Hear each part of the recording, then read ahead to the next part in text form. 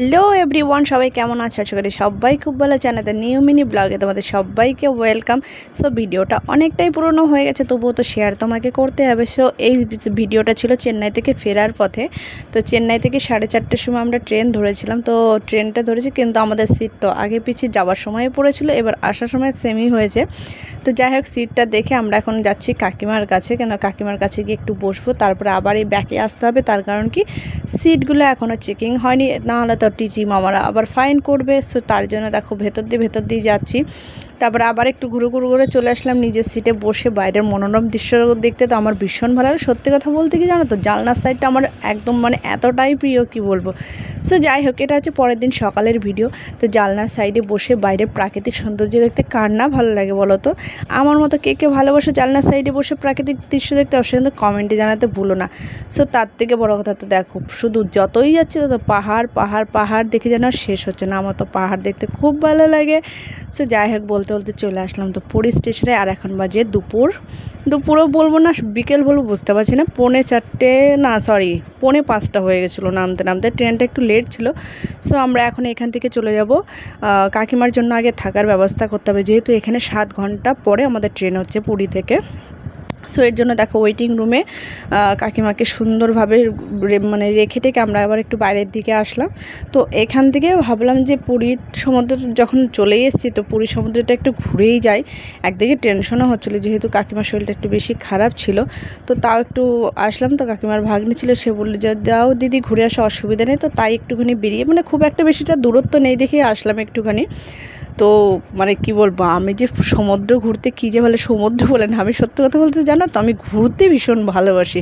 আমাকে খাবার দাও না, তো আমি ঘুরতে ভীষণ ভালোবাসি। সো যাই হোক, বলতে পুরীর সমুদ্রের কাছে চলে এসেছি। সত্যি যত সামনের দিকে যাচ্ছি তত আমি এতটাই এক্সাইটেড যে আমি কখন জলে নামবো। তো ফাইনালি বলতে দেখতেই পাচ্ছি যে আমি কতটা হ্যাপি। জলে চলেও এসেছি, আর জলের ঢেউ দেখে জাস্ট আমার তো মনে হচ্ছে আমি জলে ঝাঁপ দিই, কিন্তু কিছু করার ছিল না, পুরো গাটার ভেজাতে পারলাম না। তার কারণ কি বলতো, আমার পকেটে ফোন ছিল। আর তার থেকে বড় কথা, আমার সঙ্গে যারা এসেছিলো ওরা তো স্নান করবে না, এবার একইটা অটোতে যেতে হবে, ওদের গাটাও ভিজে যাবে। তারপরে চেঞ্জিং রুমটা ঠিকঠাক আছে কিনা সেটাও জানি না, ওর জন্য আর অতটা রিস্ক নিলাম না। তো অল্প জলে তো নেমেছি, আমি জলে নামবো না, এটা কি কখনো হতে পারে? তোমরা বলো তো, বাপরে বাপ, কি যে বলো না তোমরা, আমি আবার সমুদ্রে নামবো না, সেটা কখনো হয়? সো দেখো এক্সাইটেডভাবে আমি কতভাবে ভিডিওর পোস্ট দিচ্ছি। সো যাই হোক, দেখো চারিদিকটা মনোরম দৃশ্য দেখে আমার তো মনে হচ্ছে আমি ওই বড় ঢেউগুলোর মাঝখানে গিয়ে একটু ভিডিও বানিয়ে আসি। কিন্তু সত্যি কথা না, আমার সঙ্গে যারা ছিল, আমি ওদের ফটোগুলো এত সুন্দর করে তুলে দিয়েছি, কিন্তু আমার ফটোগুলো একদম বেকার তুলে দিয়েছে। কিন্তু কি আর করবো বলো, সবাই তো একরকম পারদর্শী হয় না, তাই না? আমি দেখেছি আমার ফটোগুলো, আমি যাকেই বলি তখনই আমার ফটোগুলো খারাপ করে দেয়, কিন্তু আমি সবার ফটোগুলো কত সুন্দরভাবে তুলে দিই। সো যাই হোক, দেখো আমি কত রকমভাবে ঢং করছি না, আর আমার তো ভীষণ ভালো লাগে।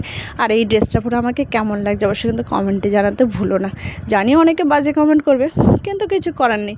আমি আবার বেশি কারো কথা কানে তুলি না, তার কারণ কি জানো, জীবন মানেই যুদ্ধ, জীবন মানেই হাসি কান্না সব কিছু নিয়ে বেঁচে থাকা। সবারই অধিকার আছে তার নিজের মতো করে বাঁচার। তো তোমার যেটা ভালো লাগে তুমি সেটা অবশ্যই করো, অন্য কী বললো সেসব কথা কানে তোলার কোনো দরকার নেই।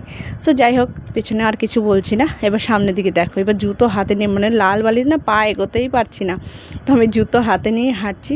কেন আর বেশিক্ষণ এখানে থাকলে তো হবে না, এখন তো চলো একটু পুরীর জগন্নাথ মন্দির তো দর্শন করতে হবে, তাই না?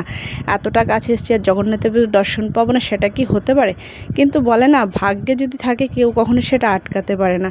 সো আমরা ভাবলাম যে যেহেতু আমরা ট্রেনে এসেছি, তো যাই হোক, তারপরে খাবার খেয়েছি, এই জামা কাপড় পরে জগন্নাথ মন্দির তো ঢুকতে পারবো না।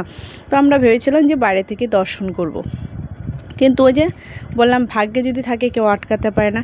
তো সত্যি কথা বলতে, আমরা যখন ওখানে পৌঁছাই, তো আর তার আগে একটুখানি বলে নিই, দাঁড়াও আবার ব্যাকে যাই। যখন বালির উপর দিয়ে এখান থেকে হেঁটে যাচ্ছি না, এত সুন্দর মাছ ভাজার গন্ধ আসছে, জাস্ট ওয়াও! আমার তো কী ভালো লাগছে, চিংড়ি মাছের গন্ধ তো সেই লাগে।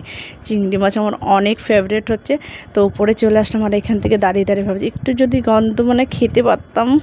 সো যাই হোক, চলো আর এখন খাওয়ার গল্প না, এখন এসছি না জগন্নাথ জগন্নাথ মন্দিরে, জয় জগন্নাথ। তো এই সময়টা দেখো যে এই যে পতাকাটাকে ই করে নিয়ে নামিয়ে এটাকে নিয়ে যাচ্ছে এখন মাসির বাড়িতে। তো আমাদের ভাগ্য কতটা ভালো, দেখো আমরা মন্দিরের ভেতরে দর্শন নিতে পারবো না দেখে জগন্নাথদেব নিজে বাইরে এসে আমাদেরকে দর্শন দিচ্ছে। এর থেকে ভালো কিছু হয় বলো তো? তাই সবাই কিন্তু একবার অবশ্যই কমেন্টে রেখে দিয়ে জয় জগন্নাথ। তো দেখো কত আনন্দের সাথে নিয়ে যাচ্ছে, ভীষণ ভীষণ ভালো লাগছে। আর এই দেখো এই দিকটাতে আবার কাজ চলছে, তোমার সামনেই তো আমাদের রথযাত্রা আসছে তাই না? তো সেখানে দেখো এই দেখো কাজ চলছে, কত মানে রাত জেগে কত কত কাঠের কাজ চলছে। তো শুনেছি এখানে নাকি যে মানে আর কি কাজটা করে লাস্টে সেই লোকটা নাকি মারা যায়, এখন জানি না, কথিত তো এটাই তো বলছিল যে প্রত্যেক বছর যে তৈরি করে লাস্ট উনি মারা যায়। সো যাই হোক, এটা জানা ছিল না, শুনলাম। তো ভীষণ ভীষণ ভালো লাগলো যে কখনও তো জগন্নাথের মানে রথের সময় আসা হয়নি, তো এই বছর আগে থেকেই দর্শন নিয়ে গেলাম। সো এরপরে দেখো আমাদের জগন্নাথ দেব আসবেন, বলরাম জগন্নাথ সুভদ্রা। তো আমি তো ভীষণ ভীষণ খুশি যে সত্যি জয় জগন্নাথ, তুমি সত্যিই আমাদের দর্শন দিয়েছো। তো বলতে বলতে দেখো কত সুন্দর, এখানে আমি মিউট করে দিলাম কেননা বলতো যেহেতু আমি ভয়েস দিচ্ছি, তো নাহলে তুমি যদি মিউজিকটা শুনতে না ভীষণ ভালো লাগতো। এত সুন্দর মিউজিক দিয়ে সুন্দরভাবে নেচে গিয়ে জগন্নাথদেবকে নিয়ে যাচ্ছে মাসির বাড়িতে। তো আমি তো ভীষণ ভীষণ খুশি। তোমাদের কেমন লাগলো অবশ্যই কিন্তু কমেন্টে জানাতে ভুলো না, ঠিক আছে? তো দেখো এবার আর বেশি টাইম এদিকে থাকতেও পারবো না, আর ফটো এক দুটো তুলতে হবে, তারপরে তবে বেরোতে হবে, যেহেতু কাকিমার রয়েছে সেই টেনশনটাও রয়েছে যে ওইদিকে তাড়াতাড়ি ফিরতে হবে। সো যাই হোক, দেখলাম অনেকটা টাইম, এই দেখো বলতে বলতে আমাদের জগন্নাথদেব নিজেই দর্শন দিয়ে দিয়েছেন। তো জয় জগন্নাথ, জয় জগন্নাথ, জয় জগন্নাথ। সো আমি অনেক অনেক হ্যাপি হয়ে গেলাম, সত্যি কথা। এই দৃশ্যটা মানে আমার কাছে অনেক অনেক একটা অপূর্ব দৃশ্য, মানে কি বলবো। সো যাই হোক, এবার চলো একটু কাছাকাছি যাই, মানে মন্দিরে ঢুকতে পারবো না তো কী হয়েছে, একটু বাইরে থেকেই দর্শনটা দিয়ে আসি। তো ওর জন্য এখন আমরা চলে যাচ্ছি হেঁটে হেঁটে সামনে, মানে ওই যেখানে মেন মন্দিরের গেটটা সেইখানে যাব, ওখান থেকে একটু প্রণামটা করে আসি, না হলে কেমন লাগে তাই না বলো? তো ওখানে এখন দর্শনটা দেব, দিয়ে আবার ব্যাক করব তাড়াতাড়ি করে। সো দেখো বলতে বলতে চলেও আসলাম এখানে, মানে দর্শন করলাম, তারপরে দু একটা ফটো তুলে এবার বেরিয়ে পড়তে হবে, কেন অনেক টাইম হয়ে গেছে, মানে 1 ঘন্টাও হয়নি, তবুও মানে কি বলো তো টেনশন হয় না যেহেতু একটা মানুষকে রেখে এসেছিস।